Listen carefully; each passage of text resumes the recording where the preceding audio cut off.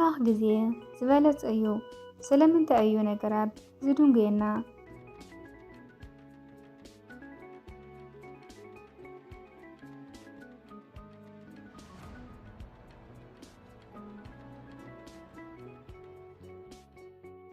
ሰላም ናሳቂታ ወገኒት ተኻተልቲ ቤተሰበይ ቀድሕና መጻኹም ቤተሰብ ሊኾንኹም ከም ትልሙድ ላይክ ሰብስክራይብ ምግባር ቤተሰብ ኾኑ ርእይትኹም ኾነ ሳያትኹም ኣይፈለየኒ ባርከስና ለማዓንተም ከምቲ መጀመርያ ሰማዕኹም ርእስቲ ኣምላኽ ግዜ ዝበለጸ እዩ ስለምንታይ ነገራት ዝድንገየና ልብል እሽቲ ስነጽሑፍ ዘለኹም መጽንያኹ ሰሚዕኹም ክሳብ መጨረሻ ርእይትኹምን ኣስተያየትኹምን ኣብ ኮሜንት ኣቕምጡለይ ኣከብረኩም ሰናይ ጻንሒት ሰብ ስለምንታይ እዩ እቲ ዘድልዮ ነገር ዘይሰልጠኒ? ስለምንታይ እዩ ኣምላኽ ዝድንገየኒ ኢሉ ይጭነቕ እዩ? ነዚ ሕቶ እዚ መንፈሳዊ ስነልቦናዊ መንገዲ ክንምልሶ ኢና። ኣብ ህይወትካ ኩሉ ነገር ተዓጽዩ ዝተሰማዕካ ግዜ ኣሎ ዶ? ኩሉ ሰብ ክሰልጦ ከሎ ንስኻ ጥራሕ ዝተረፍካ ኮይኑ ተሰሚዕካ ይፈልጥ ድዩ?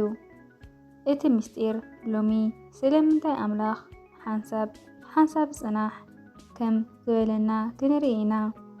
ምድንጓይ ማለት ምስራዝ ማለት ከም ዘይኾነ ክንመሃር ኢና። ስለምንታይ እዩ ዝድንገየና? ሰለስተ ዓበይቲ ምኽንያት። ሓደ ዓብዪ በረከት ቅድሚ ምሃቡ በረከት ክትጾሮ እትኽእል ዓቕሚ ኣብ ውሽጢኻ ይሃንጽ ኣሎ። ዮሴፍ ንጉስ ቅድሚ ምዃኑ ኣብ ቤት ማእሰርቲ ምክልኻል ሓንሳብ ዝደለናየ ነገር ዘይሰልጠና ኣምላኽ ኣብ ዘይተረኣየና ሓደጋ ስለ ዝሃለወና እዩ። እቲ ዝተዓፀወ ማዕጾ መሕቢኢኻ እምበር መጉድኢኻ ኣይኮነን፣ ካብኡ ዝበለጸ ስለ ዘለዎ እዩ። ንሕና ጽቡቕ እንደሊ ኣምላኽ ግን ዝበለጸ ክበና ይደሊ። ብኸመይ ንጽበይ? ብምስጋና ምጽባይ እናማረርካ ምጽባይ ነቲ ግዜ ንውሖ እምበር ኣይሕጽሮን እዩ። ኣብ ክንዲ መዓዝ እዩ ዝኸውን እንብል ኣምላኽ ስለቲ ዘምጽኦ ዘሎ ሰላምካ ኣመስግን። ንርእስኻ መርምር። እቲ ናይ ምጽባይ ግዜ ናይ ዕረፍቲ ግዜ ዘይኮነስ ናይ ምድላው ግዜ እዩ። ጸሊ፣ ኣንብብ፣ ስራሕ። ተስፋ ዝኾነ ዝረኣዮ ሰናይ ነገር ኣይጠፍእን እዩ። ጉዜኡ ክበጽሕ ከሎ ግን ማንም ክዓግቶ ዘይኽእል በረከት ክመጽእ እዩ። ንስኻትኩም ኸ ብጣዕሚ ተጸቢኹምዎ ዝረከብኩሞ ዓብዪ ነገር ኣሎ ዶ? አብርሃም ሳራን። እቲ ታሪክ አብርሃምን ሳራን ውላድ ንምርካብ ዓሰርተታት ዓመታት ተጸቢዮም እዮም። ኣምላኽ ቃል ምስ ኣተወሎም እውን ግዜ ወሲዱ እዩ። ስለምንታይ እዩ? ብምኽንያት ኣምላክ ተኣምር ክሰርሕ ስለ ዝደለየ እዩ። እቲ ትምህርቲ ኩነታትኻ ተስፋ የብሉን ዝበሃለሉ ደረጃ ክበጽሕ ከሎ ኣምላክ ስርሑ ዝጅምር ግዜ እዩ። ምድንጓይ ማለት ምስራት ማለት ኣይኮነን።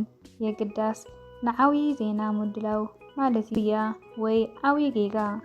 እቲ ሓቂ ሓንሳብ ኣምላኽ ስለ ዝደንጎየልና መሲልና ብናትና ዓቕምን ብልሓትን ነገራት ክንፍጽም ንፍትን።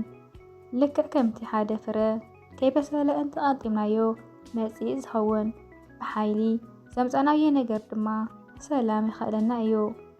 መኽሪ ንኣምላኽ ቀድምካዮ ኣይትጉየ። ንሱ ካብቲ ንስኻ ንርእስኻ እትደልዮ ንላዕሊ ዝበለጸ ነገር ከም ዘለዎ ኣሚንካ ተጸበዕ። ካብ ላዕሊ እዩ ዝርኢ።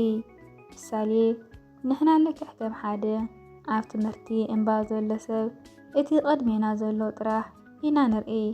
ኣምላኽ ግን ኣብቲ ርእሲ እምባ ኮይኑ ነቲ ድሕሪቲ እምባ ዘሎ ጽቡቕ መንገዲ የሰለጠካ ነገር ጽባሕ ንምንታይ ከም ዘይሰልጠካ ክትርድኦ ኢኻ።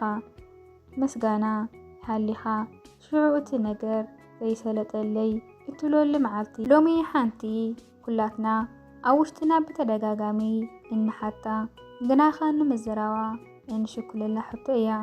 ስለምንታይ ሉንጊ? ስለምንታይ እዩ እቲ ዝጽበለኹ ነገር መልሲ ዘይተረኸበ? ስለምንታይ እዩ ንኹሉ ክሰልጦ ከሎ ንዓይ ጥራሕ እቲ ማዕጾ ተዓጽዩ ዝተረፈ ኣምላከ ስለምንታይ እዩ ስቕ ዝብል? ብዙሕ ግዜ ምድንጓይ ከም ምስራዝ ጌርና ንወስዶ ኢና። ኣምላኽ ስለስዓና ኮይኑ ይስማዓና። ግናኸ ሓቂ ድዩ? ኣብዛ ቪድዮ እዚኣ ስለምንታይ ነገራት ኣብ ህይወትና ከም ዝድንጉይን እቲ ምድንጓይ ንባዕሉ ዓብዪ በረከት ክኸውን ከም ዝኽእል ርኢና ነርና። ክሳብ መወዳእታ ምሳይ ስለ ጸናሕኹም ካብ ልቤ የመስግን። ኣብ ህይወትና ኩሉ ነገር ተዓጽዩ ክስምዓና ከሎ ስለምንታይ ኣምላኽ ሓንሳብ ጽናሕ ከም ዝበለና ሓሲብኩም ትፈልጡ ዶ? ኩሉ ሰብ ክሰልጦ ከሎ ንሕና ጥራሕ ዝተረፍና ኮይኑ ክስምዓና ከሎ ከመይ ጌርና ተስፋ ከይቆረጽና ንጽበ? ኣብዛ ናይ ሎሚ ቪድዮና ብዛዕባ እቲ ዝዓበየ ብድሆ ህይወትና ዝኾነ ትዕግስትን ናይ ኣምላኽ ግዜን ክንምሃር ጸኒሕና። ምድንጓይ ማለት ምስራዝ ማለት ከም ዘይኾነ ብመንፈሳዊ ስነ ልቦና መንገዲ ዳህሊስናዮ ኢና። ኣብዚ ቪድዮ ዝተዳሰሱ ዓበይቲ ነጥብታት: ቀዳማይ ስለምንታይ ይድንጉ? ኣምላኽ ንዓብዪ በረከት ቅድሚ ምሃቡ ንዓና ዘዳልወሉ መንገዲ። ካልኣይ ታሪክ ኣብርሃምን ሳራን ካብቲ ንዓመታት ዝወሰደ ተስፋ እንመሃሮ ዓብዪ ትምህርቲ። ሳልሳይ ካብ ሓደጋ ምክልኻል እቲ ዝተዓፀወ ማዕጾ ንባዕሉ ከመይ ገይሩ በረከት ይኸውን። ራብዓይ ብኸመይ ንጽበ እናጸለናን እናሰርሕኻን ናይ ምጽባይ ምስጢር። እዚ መልእኽቲ እዚ ንሓደ ተስፋ ዝቆረጸ ሰብ ብርሃን ዘደኸመ ድማ ሓይሊ ክኸውን ተስፋ ይገብር። ንስኻትኩም ኸ ኣምላኽ ግዚኡ ሓልዩ ተኣምር ዝገበረልኩም ግዜ ኣሎ ዶ? ኣብ ኮሜንት ኣካፍሉኒ። እዚ መልእኽቲ ንኻልኦት ንክበጽሕ ላይክ ክትገብሩ ኣይትረስዑ። መንፈሳዊ ትምህርትን ቻናል ሰብስክራይብ ገበሩ። እቲ ቃል ክፍጸም ግዜ ኣለዎ። ክመጽእ እዩ እምበር ኣይኸደን እዩ። ሒዘዮ መጽአ ነበርኩ። ብጣዕሚ ደስ በሃልን መምሃርን ቪድዮ ነይሩ። ክሳብ መጨረሻ ሰሚዕኹም ርኢቶኹምን ኣስተያየትኹምን ኣይፈልየኒ። ብኻልእ ቪድዮ ክሳብ ልመጽእ ብሩኽ ሰንበት ላበልኹ ይቐኒለይ።